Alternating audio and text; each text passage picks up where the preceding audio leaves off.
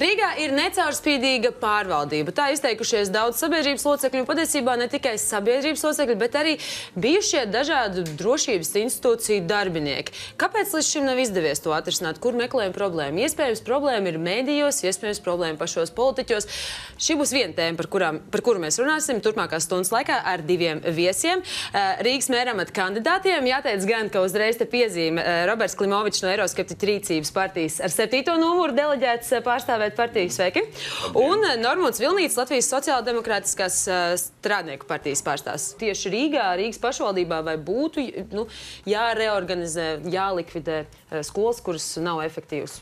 Varbūt sāksim ar jums, Robert.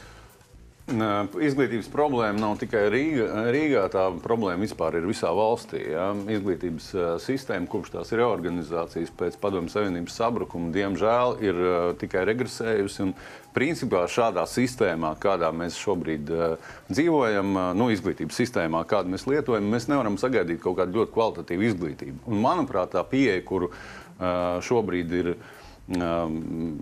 Šadurskis uzsācis, jā, viņi ir neracionāli, jo mēs taču samazinot skolu skaitu, mēs šo izglītības līmeni nepacelsim. Ja? Es domāju, ka ir jāstrādā tieši pie tā, lai izglītības kvalitāti celtu tajās skolās, nevis viņas jāslēdz ciet. Mums ir kaut kā baigi interesanti.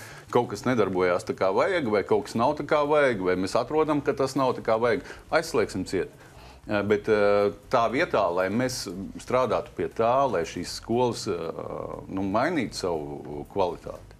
Te es piekrītu Robertam, ka nevajadzētu steigties, ja, un visu tagad ar joni šķērēt un griezt nost. Jo 2009. gadā, man liekas, tāda pirmā šķērēšana jau bija, un Rīgā, ja es nemaldos, apmēram 11, 13 vai bišķi vairāk vai mazāk skolas jau tika būtībā automātiski nošķērēts un aiztaisīts. Tad jūs uzskatāt, ka, piemēram, Rīgā šajā gadījumā nevajadzētu neko mainīt, vajadzētu uzlabot kvalitāti? Kā uzlabot šo kvalitāti? Tieši tas, ko jau Normūns tikko pateica, ja, ir piemēri, tie labie piemēri, ja, kur mēs redzam, ka tā izglītības kvalitāte ir daudz augstāka, tad ko mēs varam darīt? Mēs varam mācīties, mēs varam šīs te programmas vai metodiku pārņemt un censties ieviest mūsu skolās. Es nepiekrītu, ka pašvaldībai ir ļoti liela iespēja kaut ko mainīt, jo programmas nosaka valdība, ja, tās vispār izglītošais.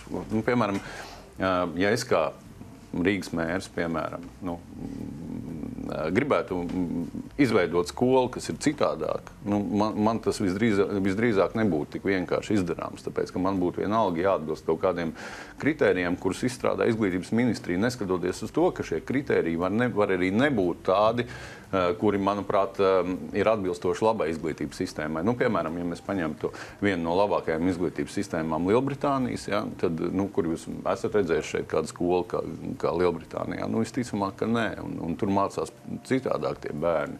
Tāpēc es domāju, ka ir jāsāk ar to, ka ir jānoskaidro, kur tad ir tas mūsu piemērs, kuram sekot, un vienkārši nevajag izdomāt no jaunu velosipēdu. Ir šis piemērs jāievieš dzīvē. Ja, pieņemsim, ir kāda skola, kurā puse no skolniekiem nepabeidz 12. klasi, pieņemsim, vai tā ir efektīva skola vai nav efektīva skola, vai, pieņemsim, ja ir skola, kurā mācās 30 bērni, kura ir jāapkurina, kura ir dažādas nepieciešamības saimnieciskas, vai viņi ir izdevīgi arī no tādas administrēšanas, no finansiālās puses? Ziniet, es atgriežoties pie tā sižeta, es domāju, ka tev identificējam vienu konkrētu problēmu. Un tā problēma ir visam daudzām lietām pamatā. Tas, ka nav šīs sadarbības starp pašvaldību un valdību, vai pašvaldību un parlamentu. Un līdz ko šī sadarbība vai šis elements iztrūkst, ja, tā nevar būt nekāda racionāla, normāla risinājuma. Tāpēc, ka te notiek, principā, politiska cīņa. Priekšvēlēšana laiks? Sevišķi tagad to priekšvēlēšana laikā, ja, tas ir sāsinājies, ja, un te, tas ir skaidrs, ka nekādā veidā, ja šo te problemātiku mums neizdosies no vietas izkustināt. Bet es gribu pajautāt par šo likvidēšanu, ir tāds galējais risinājums, bet reorganizēt. Tik tiešām varbūt kaut kāds vidusskolas, kur vidusskola tieši pats par sevi nav efektīva, varbūt vajag kā pamatskolu pārveidot un tiešām šo profesionālu izglītību. Kā jūs domājat? Paula, es domāju, ka nevienmēr pati izglītība ir tas, kas liek cilvēkam vai mācīties vai nemācīties. Bieži vien ir daudz apstākļi, kas ir ap to. Un tas, ko tiešām Rīgas doma varētu, manuprāt, darīt, piemēram, ieviest formas Rīgas visās skolās, ja? Kas šobrīd ir tikai dažās. Pavisam, man liekas, Franču licejā, Teikas vidusskolā un vēl kaut kādā. Ja? Bet to varētu ieviest visās skolās. Kas, piemēram, jautājums? Iespējams, bet tā nav, jo cilvēki jau tāpat pērk apģērbu saviem bērniem. Ja? Tas nav tik izteikts naudas risinājums, cik tas disciplinē cilvēkus. Ja? Ir ļoti bieži iemesli tam, kāpēc bērni nemācās vai neizmācās, ir nevis pati izglītība, ja, bet dažādi blakus lietas, un pie tām var darboties, un tur tiešām pašvaldībai ir ļoti daudz ko darīt. Un arī bez kaut kāda politiska atbalsta un sadarbības ar valdību. Ja, kaut gan, protams, es piekrītu, ka tas būtu normāli, ja sadarbotos. Un es domāju, ka šie pati tā izglītības sistēma, par viņu mēs varam diskutēt ilgi un strīdēties, un būs, kas viņu aizstāvēs, būs, kas nē, bet tas, ko mēs redzam, es bieži runāju, satiekos ar studentiem, kur šobrīd mācās augstskolās, redz, ka tas līmenis ir, katastrofāli zems. Vispārējās izglītības līmenis šodien ir katastrofāli zems arī tiem, kuri it kā ir sekmīgi. Te mēs nonākam pie tā paša, ka iespējams ir nepieciešama profesionāla izglītība, ka šī augstākā izglītība, vispārīgā izglītība nemaz nav vajadzīga tik lielos apjomos. Arotskolas, jā, arotskolas brīnišķīga lieta, jā. Profēna varbūt nebija tas labākais nosaukums, bet arotskola tas ir vēsturiskais latviskais nosaukums, un mums jau tagad ir, pilns ar juristiem, ekonomistiem, un savulaik tikai par to vien mācījās, jā, bet, tiesas izpildītāju vakances ir pilnas, un maksāt nespējas administrators un advokāti, vai ne, viņi jau nevar būt bezgalīgi daudz, visi jau to lielo naudu grib, bet meistari mums tiešām visiem vajag meistars, un labs meistars atrast nevar. Tā kā, bet tas tāds, es domāju, prestiža jautājums arī. Un vēl viens aspekts, uzreiz, ko es teicāt, lielo skolu vadītāju, un tas direktori, kas liela daļa, ja mēs paskatāmies deputātu sarakstus, direktori ir kas? Ir arī deputāti pašvaldību. Vai arī biedri tad rodās, ja šī vai biedri vai deputāti rodās atkal konflikts, ja, un kāpēc arī varbūt, ja, pieņemsim, Ušakova kungs gribētu pat šī brīdī pieņemt kaut kādas tādas, lēmumus, kas būtu racionāli un nebūtu tik politiski, ja, bet tad viņš to nevar darīt, jo viņš tādā veidā šauj kājās pats sev būtībā, ja. Partijas biedrs ir tāds skolas direktors. Mēs redzējām tikko, ja, cik es atceros, ja, Jirgensona kungs, kas kādreiz arī bija Latvijas sociāldemokrātiskā strādnieku partijā, viņš tagad ir partijā Saskaņa, ja, un kā tad pateiks Ušakova kungs, ka nē? Un ja vara nomainās, tad kas notiek ar lielāko daļu, skolu vadītājiem, kuri ir varbūt konkrēts kādas viens vai otras partijas biedri, vai tas kaut kā arī varētu ietekmēt? Es domāju, ka ir lietas, kur, piemēram, skolu direktoriem jābūt ir apolitiskiem, ja, un faktiski arī skolotājiem. Un, šobrīd, tā kā es arī kontaktējos ar skolotājiem, es saprotu, ka dažiem no viņiem pilnīgi ir tāda problēma, jo ir pieņemts likums, kas piemēram, skolotājiem aizliedz kaut kādas versijas izteikt par, piemēram, par Latvijas vēsturi vai par politiku, kur viņi ir nobijušies. Skolotājiem vajadzētu būt apolitiskiem, ja? Un viņiem vispār nevajadzētu būt kaut kādās partijās, viņiem vajadzētu iet un darīt savu darbu, ja? Jo viņu partija ir viņu skola. Jā, tāpat arī direktoriem. Tiklīdz direktors ir kaut kādā partijā, tā sākās interešu konflikts, sākās ķīviņi. Tāpēc es domāju, ka tas ir viena no tēmām, pie kurām ir jāstrādā un jācenšas padarīt izglītību apolitisku, cik tas ir iespējams. Šis ir viens no risinājumiem, patiesībā nedzirdēts līdz šim, ka iespējams tiešām vadītājiem un skolotājiem vajadzētu būt apolitiskiem. Jāteic gan, ka ja nemaldos, tad skolu vadītājus ieceļ pašvaldība, man liekas. Ja tā tas tiešām arī ir, tad te būtu arī tāda ļoti sistemātiskas izmaiņas. Bet vienā, par ko laikam jūs varētu vienoties, par šīm arotskolām, kur tiešām tas būtu risinājums, kā nomainīt vai varbūt pārformēt šīs dažas vidusskolas, kas iespējams nav efektīvs līdz šim. Pareizi? Jā, protams. Kā jūs redzat, kā jūs vērtējat, vai šobrīd sociālai tīkli ir pāri tradicionālajiem klasiskajiem medijiem?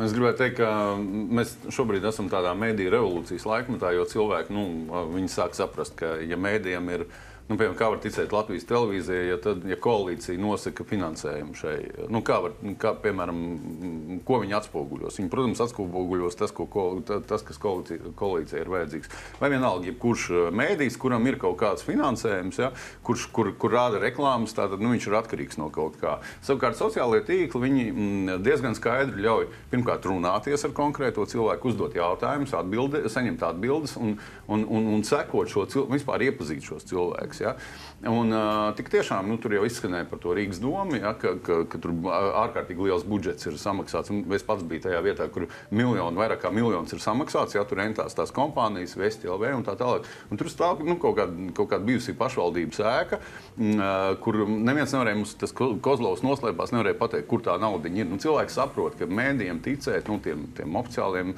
ir pasaulē drīz vispār, es domāju, lielām televīzijām, tur ziņu dienestiem viņiem vairs nebūs nekādas auditorijas, jo cilvēks nosies informāciju no tiešiem avotiem, no YouTube, no interneta. Jā, bet te nav bīstamība tajā ziņā, ka iespējams sociāla tīkla savukārt nepilda šo te kritisko domāšanas aspektu, un tad iespējams cilvēkam ir iespēja pilda.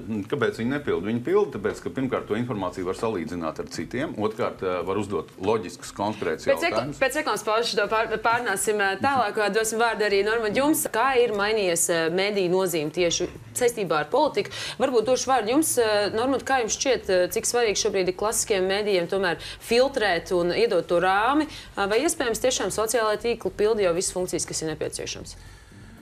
Es teikšu, ka tik vienkārši nozīme, manuprāt, nav, jo ja mēs mazliet iedziļinamies, vai es pats neesmu tāds speciālists sociālajos tīklos, tad mēs saprotam, ka šeit arī pietiekami iespējas ir ierobežot un mazliet arī manipulēt ar šo te. Jo, saprotam, viņiem arī kaut kam pieder, gan Facebook, Twitter un visi pārējie šie lielie mega giganti, viņi tomēr kaut kam pieder, un tas nozīmē, ka kādam tomēr netiešā veidā ir kaut kāda iespēja to ziņu plūsmu kontrolēt. Kontrolēt un noteikti attiecīgi varbūt sabiedrības loku vai personām un tā tālāk pēc kaut kādiem dažādiem kritērijiem.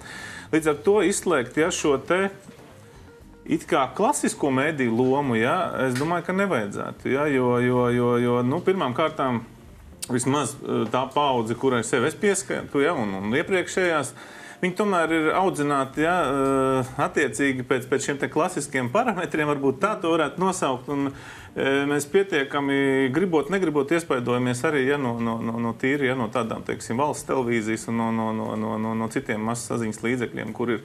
Un tad tiešām ir tā lielā problēma, tā ir šī naudas ietekme. Naudas ietekme.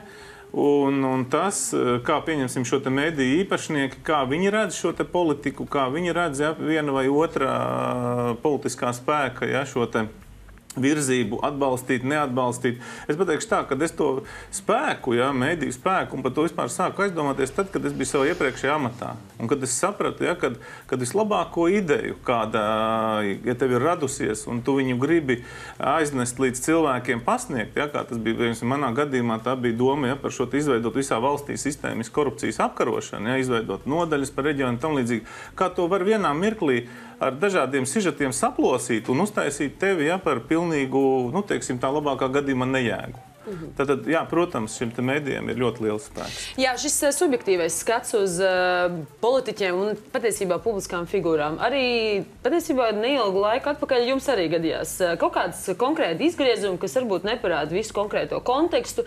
Tad mēs varam runāt arī par mediju kaut kādu neobjektivitāti tomēr. Mediju objektivitāte ir ļoti stiprams jēdziens, ja tas ir saistīts ar naudu, tad medijas objektīvs visticamāk nevar būt, tāpēc, ka viņš ir saistīts ar šo naudu un kāds no naudu maksā. Vienalga, vai tā ir nauda no pasūtītāja, vai tā nauda ir no patērētāja. Jo, ja vajag reitingus, tad arī skandālu uztaisīt ir izdevīgi. Vienalga ir izdevīgi tev pataisīt par idiotu, tāpēc, ka būs vesela kaudze, kas gribēs skatīties un smieties par tevi. Un tas pats pacels reitingu. Tātad mediji ir tendēti uz skandāliem. Un tiešām labas idejas, ja viņas vajag iznīcināt jau pašās sākumā, viņas vajag padarīt par idiotiskām idejām. Un, lai cilvēki nepavilktos. Kāpēc nepavilktos? Tāpēc, ka labas idejas šobrīd, Norma ļoti labi zina šo situāciju, ir Latvijā lielākā problēma ir korupcija. Tas tā kā vēzis, tas ir izgājis cauri, pilnīgi tādā stadijā, ka vēzis ir, kad viņš ir ārstējams, un ir, kad viņš vairs nav ārstējams. Un tās idejas, kuras ir labas un kuras ir pret šo sistēmu, viņas, protams, tiek padarītas par idiotiskām idejām, lai šī sistēma turpinātu funkcionēt. Bet, ja mēs runājam par mēdījiem, tad mēs varam it kā iedalīt komercmediju, sabiedriskais medijs.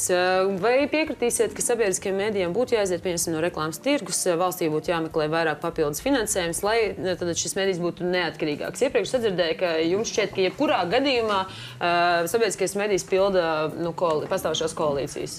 Tā ir tā lielākā problēma, ka sabiedriskais mēdījis Latvijā, protams, pirmkārt, viņš ir atkarīgs no reklāmdevējiem, kas ir ļoti nepareizi, manuprāt. Ja? Tas ir sabiedriskais mēdījis, viņam nevajadzētu būt vispār nekādai reklāmai. Otrs punkts ir tas, ka sabiedrisko mēdīju kontrolē tātad varas struktūra, kur nosaka koalīcija. Ja? Un jebkurš runā, un man personīgi ir savulaik nācies piedzīvot, ka mans raidījums ir bijis aizvērts. Ja? Nevienam Latvijā nav bijis jāpiedzīvo, man liekas, man Mikinam varbūt vēl tikai. Ja? Bet viņam tad laikam bija privāta komerctelevīzijas kanāls, jo to noteica koalīcija. Ja? Tur nebija nekāda vārda brīvība un demokrātija.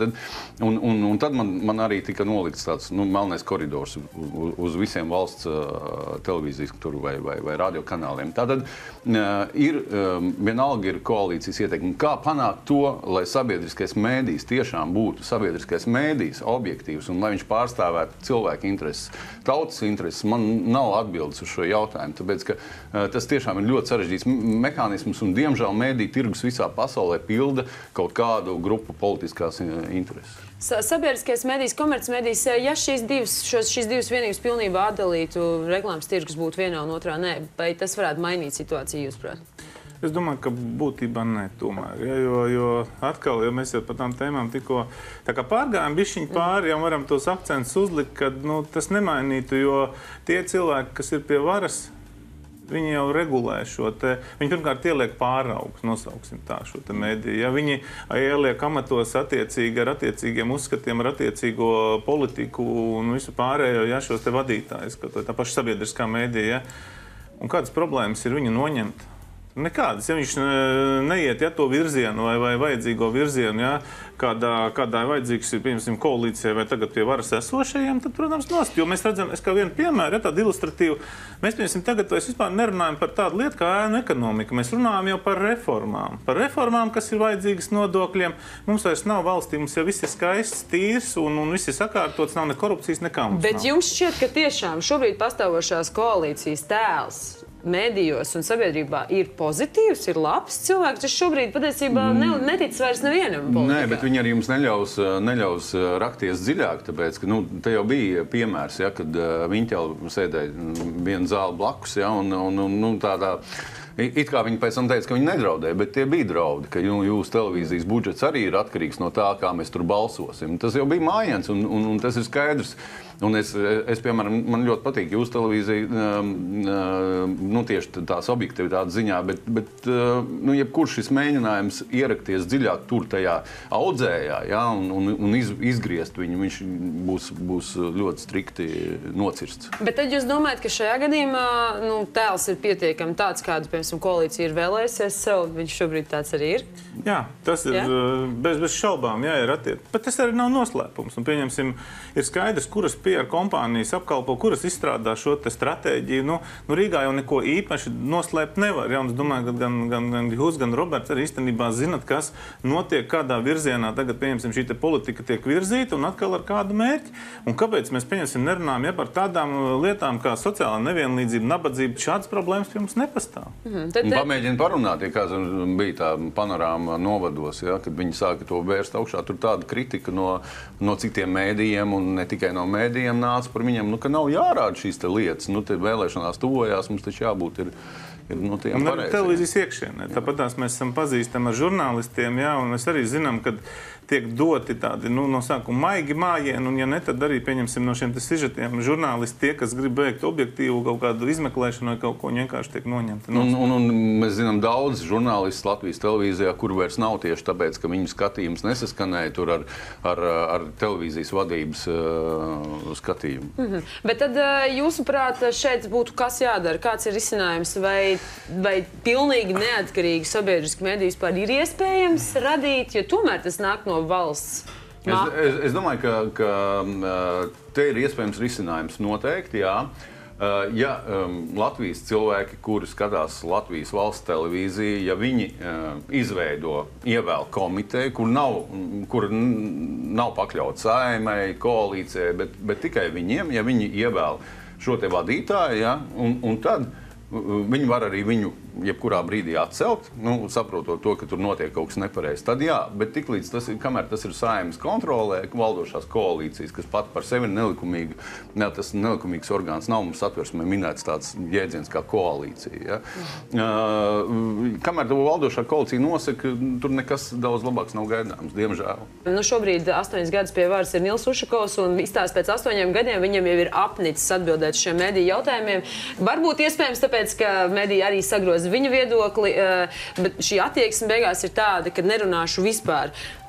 Vai no jums arī to var sagaidīt, ja būsiet pie varas?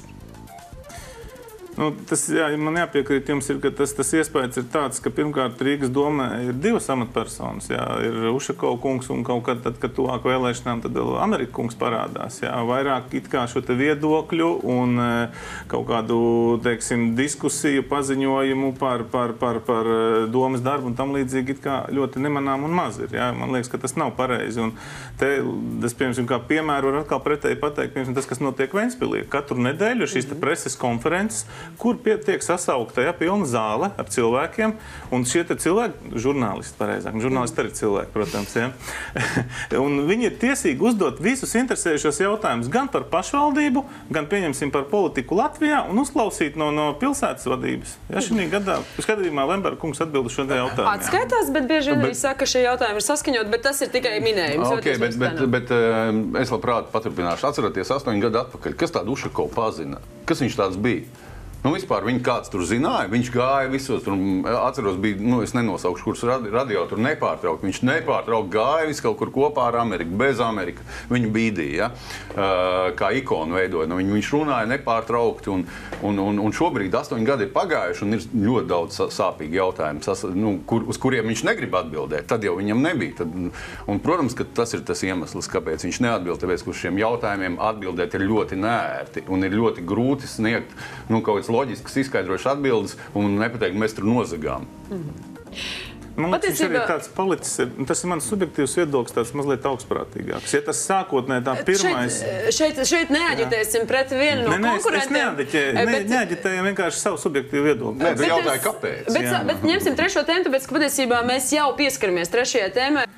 Ko tas nozīmē? Kampaņu veidīgā pieeja? Tas nozīmē tā, ka ja mēs tagad Rīgas domē vienreiz ar skaļu blīkšķi aizturam kādu amatpersonu, ja, to viņu safotografējam, safilmējam, ja, un rādam tagad, un rādam visos mēdījos, pieņemsim nedēļu no vietas, tā nekas neizmainīsies. Tas pats arī pēc valsts aparātā. Ja mēs kādu augsta ranga amatpersonu arī tādā pašā veidā, tad viņi tiek aizturēti, ja, tad atkal viņi izskan šis te vārds, briesmīgs tātad blīkšķis, visiem ir interesanti, jo, ko mēs runājam par žurnālistiem, viņiem arī ļoti interesanti, kur kādu detaļu, ko var dabūt, kā pacelt reitingu, bet atkal no tā jau nekas nemainās. Jo pamats ir tas, ka mums nav sakārtota šī te mūsu nodokļu sistēma kā tāda. Nodokļu sistēma? Tātad ēnu ekonomika. Ja? Tas, kas notiek un turpina notikt ne tikai valsts mērogā, arī Rīgā, tie ir tie paši konkursi, iepirkumi, PVN nozagšana, ja, šī te naudas izņemšana, ja, no aprites. Tur ir tā problēma, un tikai attiecīgi no tā, lai uzturētu šo ēnu ekonomikas, ja, visu sistēmu, pēc tam attiecīgi ir vajadzīgs šīs amatpersonas korumpēt, un tur jau tā naudiņa rodās. Un ja mēs vispirms tiekam galā ar šo te aspektu, ar ēnu ekonomikā tādu, tad arī korupcija pati par sevīm jau lielā vairumā izzudīs, protams, nekad viņa neizzudīs pilnībā. Paliks atsevišķi gadījumi, bet tā mēs varam panākt daudz lielāku un labāku efektu. Saklausīju nedaudz risinājumu. Mums ir patiesībā pēdējās 4 minūtes, tāpēc, Roberta, tagad jums došu vārdu. Kā jums šķiet šī nozīme korupcijas novēršanas apkarošanas? Es gribētu izmantot tās 4 minūtes, lai es pateiktu tādu revolucionāru ideju, kas varētu risināt vispār valsts līmenī. Ja? Šo te korupcijas problēmu ierēģiem, valsts amatpersonām ir jāpāriet. Tagad bija runa, ka Saeimas juridiskā komisija izskata to, ka 7200 eiro, kāpēc 7200 eiro, to neviens varbūt deputātam vai amatpersonai skaidrā naudā. Es teiktu, ka visiem valsts amatpersonām un ierēģiem viņiem drīkst būt tikai elektroniskā nauda. Tas ir pirmais. Pirmais, policisti, visiem var būt tikai elektroniskā nauda. Ja? Tas, ko Singapūra kādreiz izdarīja, viņi gan to izdarīja priekš visiem pilsoņiem, bet tur, kur ir tas korupcijas risks, kāpēc viņiem nevarētu būt elektroniskā nauda. Un tas jau apgrūtinātu ļoti šo te lietu, jo mēs šobrīd redzam pēc deklarācijām, ka mums vajadzēja balsot nevis par tiem deputātiem, bet par viņu sievām, sievas mātēm, māsām un tā tālāk. Visiem ir skaidrs, ka viņi zog. Visiem ir skaidrs, ka ir korupcija. Ja? Un knābi ir vienkārši tas ir tāds, mums ir knābi, ja? Par to budžetu 150 iesniegumu un 17 vai 19 krimināla procesu, tas ir smieklīgi, ja? Ka pats knābs atrodas kaut kādā privāta mājā, kur tiek īrēta un maksāt. Tas ir skaidrs, ka mums jau tā visa valsts ir viena tāda polīta mafija. Un šeit ir vajadzīgi kardināli risinājumi. Tas, ko mēs Rīgas domē izdarīsim, nevis ieliksim pa 16 miljoniem katrā autobusā kameru, bet pie katra deputāta, katrā kabinetā, lai katrs vēlētais var paskatīties, viņš ir darbā vai nav, ko viņš tur dara. Jāsāk ir ar to. Nedzirdēts risinājums patiesībā pie katra deputāta. Es gribēju pateikt, jo mums jau tās idejas nozog, tad paņem kaut kādu citu, ka tas bija jūsu raidījumā pateikts. Tad mums ir burtiski pēdējā pusotra minūte. Šo necaurspīdīgumu, var vienā teikumā pateikt, kā viņu varētu vismaz sākt mainīt, lai tomēr tiešām viss būtu caurspīdīgs. Kameras ļoti labi. Kameras un elektroniskā nauda. Un elektroniskā nauda. Un Vilniškungs, jums kā izmainīt to, lai viss būtu caurskatāms? Ir sabiedrībai jāsniedz šī informācija ne tikai par pašvaldības labiem darbiem sasniegumiem, bet tieši par šiem saimnieciskiem jautājumiem kā tādiem. Tas ir pirmkārt visi konkursi iepirkumi, viņiem jābūt skaidriem, kas tad vinnē, kā vinnē, pa kādām summām vinnē, un vai nav tā, ka vien un tie paši vinnē 8 gadus. Ja? Un nākamais aspekts ir, kad visam nevalstiskam sektoram, tā skaitā uzņēmējiem, ir jāiesaistās. Vai tas ir caur konsultatīvo padomu starpniecību vai kaut kā savādāk, bet ne tikai jāiesaistās, bet domē ir viņiem pēc tam jāatskaitās. Publiski tomēr, lai visi šīs lietas notiek. Publiski ir jāizrunā jautājumi un jāatskaitās. Domē ir uzņēmējiem un sabiedrībai, nevis otrādā. Šī tēma mums ir, diemžēl, jā. Bet viena lieta, ko jāsaka, katram Latvijas iedzīvotājam, katram rīdzniekam ir jāsaprot, ka katrs, ko jūs esat ievēlējuši, vai tas ir deputāts vai prezidents vai sociālais darbinieks, ir jūsu kalps, jūs esat boss, jo jūs viņam maksājat naudu. Un jums tā ir jārunā ar visiem ievēlētajiem un valsts amatpersonām. Jūs esat priekšnieki. Teikšu jums paldies, ka atradāt laiku. Un patiesībā uz pašu raidījumu beigām arī uzkarsējās šī temperatūra arī studijā.